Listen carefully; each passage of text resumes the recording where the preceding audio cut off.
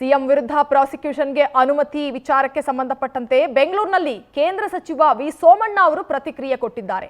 Prosecution ಬಗ್ಗೆ ನಮಗೆ ಮಾಹಿತಿ ಇಲ್ಲ, ನಿಯಮ ಯಾವ ರೀತಿ ಇದೆಯೋ ಗೊತ್ತಿಲ್ಲ, ಯಾರು ನಿಯಮದ ವಿರುದ್ಧ ನಡೆಯೋಕೆ ಆಗಲ್ಲ, ತಪ್ಪು ಆಗಿದೆಯೋ ಇಲ್ವೋ ಮಾಹಿತಿ ಪಡೆದುಕೊಳ್ತೇನೆ. ಬೆಂಗಳೂರಿನಲ್ಲಿ ಕೇಂದ್ರ ಸಚಿವ ವಿ ಸೋಮಣ್ಣ ಹೇಳಿಕೆ ಕೊಟ್ಟಿದ್ದಾರೆ.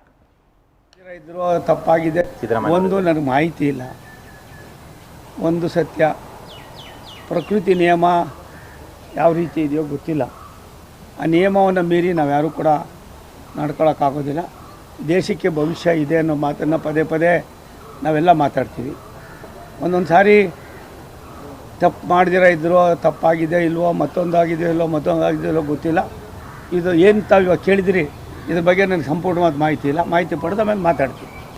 ಒಂದು ನನಗೆ ಮಾಹಿತಿ ಇಲ್ಲ, ಒಂದು ಸತ್ಯ, ಪ್ರಕೃತಿ ನಿಯಮ ಯಾವ ರೀತಿ ಇದೆಯೋ ಗೊತ್ತಿಲ್ಲ. ಆ ನಿಯಮವನ್ನು ಮೀರಿ ನಾವು ಯಾರೂ ಕೂಡ ನಡ್ಕೊಳ್ಳೋಕ್ಕಾಗೋದಿಲ್ಲ. ದೇಶಕ್ಕೆ ಭವಿಷ್ಯ ಇದೆ ಅನ್ನೋ ಮಾತನ್ನು ಪದೇ ಪದೇ ನಾವೆಲ್ಲ ಮಾತಾಡ್ತೀವಿ. ಒಂದೊಂದು ಸಾರಿ ತಪ್ಪು ಮಾಡ್ದಿರ ಇದ್ದರೂ ತಪ್ಪಾಗಿದೆ ಇಲ್ವೋ, ಮತ್ತೊಂದಾಗಿದೆಯೋ ಇಲ್ವೋ ಗೊತ್ತಿಲ್ಲ. ಇದು ಏನು ತಾವು ಇವಾಗ ಕೇಳಿದಿರಿ, ಇದ್ರ ಬಗ್ಗೆ ನನಗೆ ಸಂಪೂರ್ಣವಾದ ಮಾಹಿತಿ ಇಲ್ಲ. ಮಾಹಿತಿ ಪಡೆದ ಮೇಲೆ ಮಾತಾಡ್ತೀವಿ. ಒಂದು ನನಗೆ ಮಾಹಿತಿ ಇಲ್ಲ, ಒಂದು ಸತ್ಯ, ಪ್ರಕೃತಿ ನಿಯಮ ಯಾವ. ಇದು ಕೇಂದ್ರ ಸಚಿವರಾದಂತಹ ವಿ ಸೋಮಣ್ಣ ಅವರ ಪ್ರತಿಕ್ರಿಯೆ. ಸಿಎಂ ವಿರುದ್ಧ ಪ್ರಾಸಿಕ್ಯೂಷನ್ಗೆ ಅನುಮತಿ ವಿಚಾರಕ್ಕೆ ಸಂಬಂಧಪಟ್ಟಂತೆ ಅವರು ಪ್ರತಿಕ್ರಿಯೆಯನ್ನ ಕೊಟ್ಟರು. ಪ್ರಾಸಿಕ್ಯೂಷನ್ ಬಗ್ಗೆ ನನಗೆ ಮಾಹಿತಿ ಇಲ್ಲ, ನಿಯಮ ಯಾವ ರೀತಿ ಇದೆಯೋ ಅದು ಕೂಡ ಗೊತ್ತಿಲ್ಲ, ಯಾರೂ ನಿಯಮದ ವಿರುದ್ಧ ನಡೆಯೋಕ್ಕಾಗಲ್ಲ, ತಪ್ಪು ಆಗಿದೆಯೋ ಇಲ್ವೋ ಮಾಹಿತಿಯನ್ನ ಪಡೆದುಕೊಳ್ತೀನಿ ಅಂತ ಅವರು ಹೇಳಿಕೆಯನ್ನ ಕೊಟ್ಟಿದ್ದಾರೆ.